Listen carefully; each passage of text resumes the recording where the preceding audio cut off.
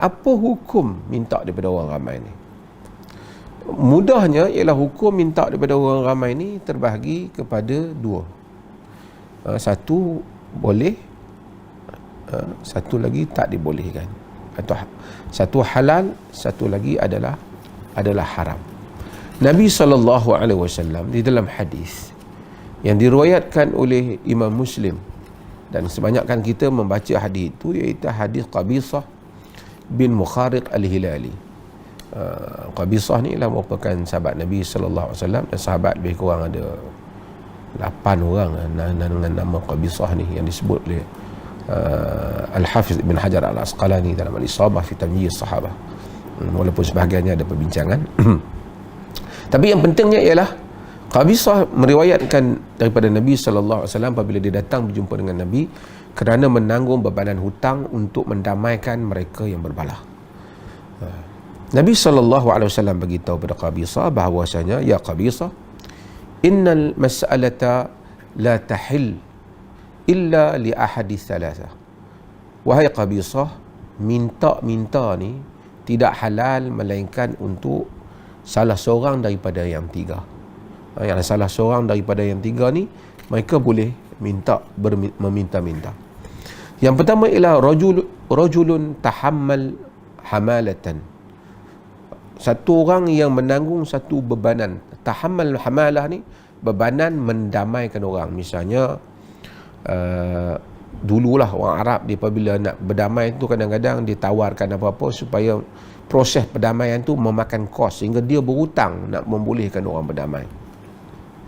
Sebahagian luaskan lagi masuk ke dalam masalah diat, ditanggung diat, tanggung bebanan hutang kerana ada orang yang berbunuh-bunuhan dan kemudian dia tanggung diat, ataupun bunuh dengan tak sengaja dan seumpamanya. Tapi tak apalah, ini proses sehingga kalau orang tu terpaksa belanja untuk mendamaikan, katakanlah ada dua negara orang Islam berperang nak berdamai, ada kos, kawan tu berhutang kerana nak bagi mereka berdamai ni. Dia ni kata Nabi, orang ni fahallat lahul mas'alah, dia ini halal untuk dia untuk meminta-minta. Fasala hatta yusibuha thumma yumsik, dia boleh minta sehingga dia dapat selesaikan hutang yang dia buat tu kerana nak mendamaikan orang tu, kemudian dia henti di setakat tu. Cukuplah bila dia dapat tunaikan. Kedua, Nabi SAW kata rajulun asabathu jaihah, lelaki ataupun seseorang yang menimpanya bencana. Bencana tu kita fajtahat malahu, sehingga memusnahkan hartanya. Kena ribut habis rumah dia, kena ribut habis pertanian dia, habis ladang-ladang dia, kena banjir, habis harta-harta dia. Fajtahat malahu, sehingga memusnahkan harta-harta dia, kata Nabi SAW. Orang yang seperti ini fahallat lahul mas'alah, dia boleh halal untuknya berminta-minta. Fasa'ala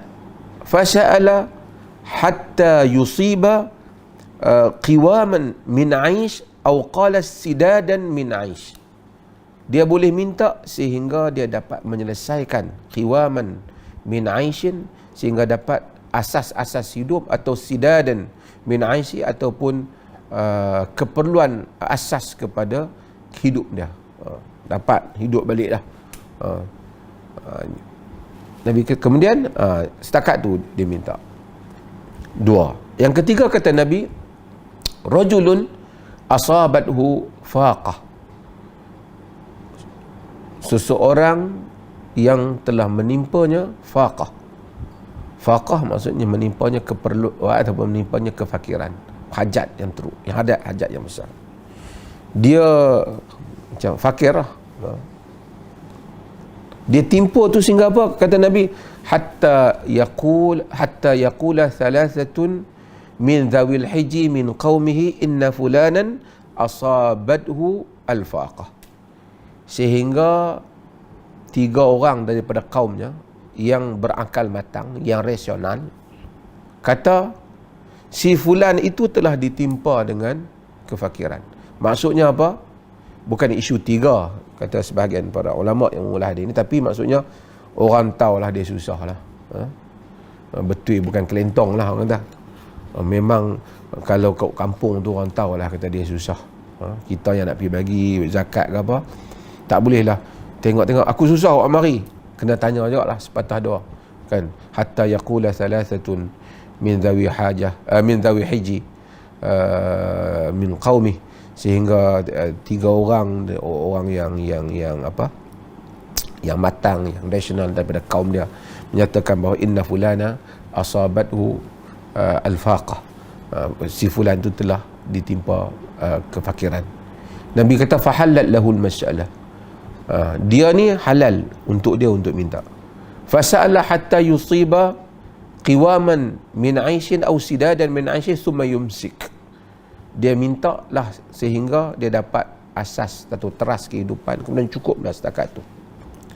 Kemudian Nabi SAW kata, wa ma siwahunna ya qabisat, apa yang selain daripada itu, wa ma siwahunna minal mas'alati ya qabisah syuhun ya'kuluha sahibuha syuhan. Selain daripada itu, wahai qabisah, selain daripada itu, meminta-minta wahai qabisah adalah merupakan perkara yang haram, yang mana tuan empunyanya memakan perkara yang haram. Apabila kita tahu hadis ni, maka kita tahu bahawasanya orang yang meminta ni, jika dia ada dalam kategori ni, dia bolehlah meminta-minta. Mungkin dalam isu bendera putih bukan isu perdamaian, tapi dia boleh dua perkara, iaitu orang yang terkena bencana.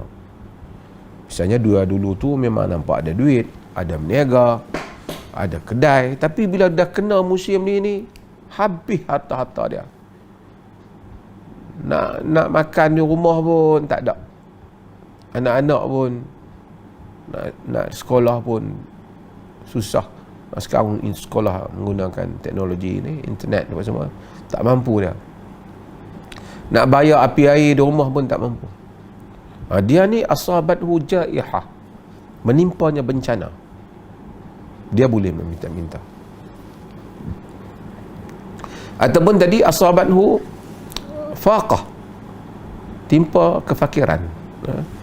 Kalau jadi COVID ni, dia dua-dua tu boleh pergi, sama ada bencana pun dia bagi yang berniaga, ataupun kefakiran pun dia, kerana dia mungkin tak musnah harta dia, tapi dia ni kalau tidak bolehlah keluar pergi cari makan, tapi tak boleh nak keluar, duduk di rumah tak ada pendapatan. Dia duduk dalam fa'iqah tadi, dia layak untuk minta. Okey, jadi kalaulah orang yang menggantungkan bendera putih di rumah mereka ni, kerana mereka berada salah satu daripada apa yang disebut oleh Nabi SAW dalam hadis ni, maka bolehlah dia untuk meminta-minta, kerana bendera putih itu ialah lambang kepada meminta-minta. Kalau dia tak ada, wa ma siwahunna minal mas'alati ya qabisa syuhun ya'kuluha sahibuha syuhan, kata Nabi.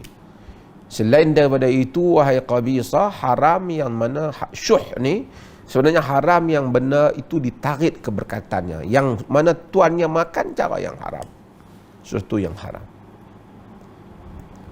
Jadi meminta-minta ni asalnya memang tak boleh kalau tak ada keperluan. Sebab tu dalam hadis Muslim, Nabi SAW kata, man sa'ala an-nas amwalahum takathuran fa innama sa'ala jamra falyastaqil aw falyastakthir aw la yastakthir. Apa orang yang meminta harta orang ni untuk membanyakkan harta dia ada dah. Beras ada dah, tapi dia syok digantung bendera putih tu. Orang tak tahu apa, pakat bagi kat dia. Dia hak di rumah pun makan tak sangka lah. Umpamanya Nabi kata orang yang meminta kerana nak banyakkan apa harta dia, sedangkan dia taklah memerlukan. Nabi kata dia hanya meminta bara api neraka. Silalah Nabi kita nak sikit ke ataupun banyak. Maksudnya Nabi pilih lah, nak sikit banyak. Dalam riwayat Imam Ahmad, riwayat juga oleh Abu Daud, Nabi SAW menyatakan, innahu man sa'ala wa indahu ma yughni. Sesungguhnya orang yang minta sedangkan dia ada di sisinya apa yang memadai untuknya, fa innama yastakthiru min jamri jahannam. Hanya dia membanyakkan bara api neraka jahannam. Inilah kedudukan orang yang gantung bendera putih jika dia gantung hanya untuk memperdayakan orang lain.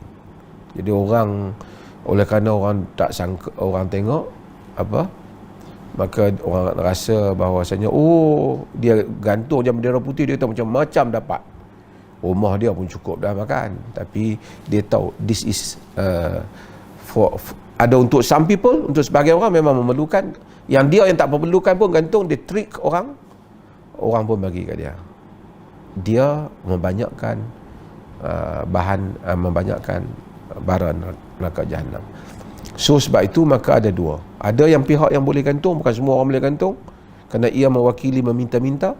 Ada orang yang tidak boleh gantung jika dia tidak memerlukan bantuan ataupun dia tidak memerlukan sedekah itu.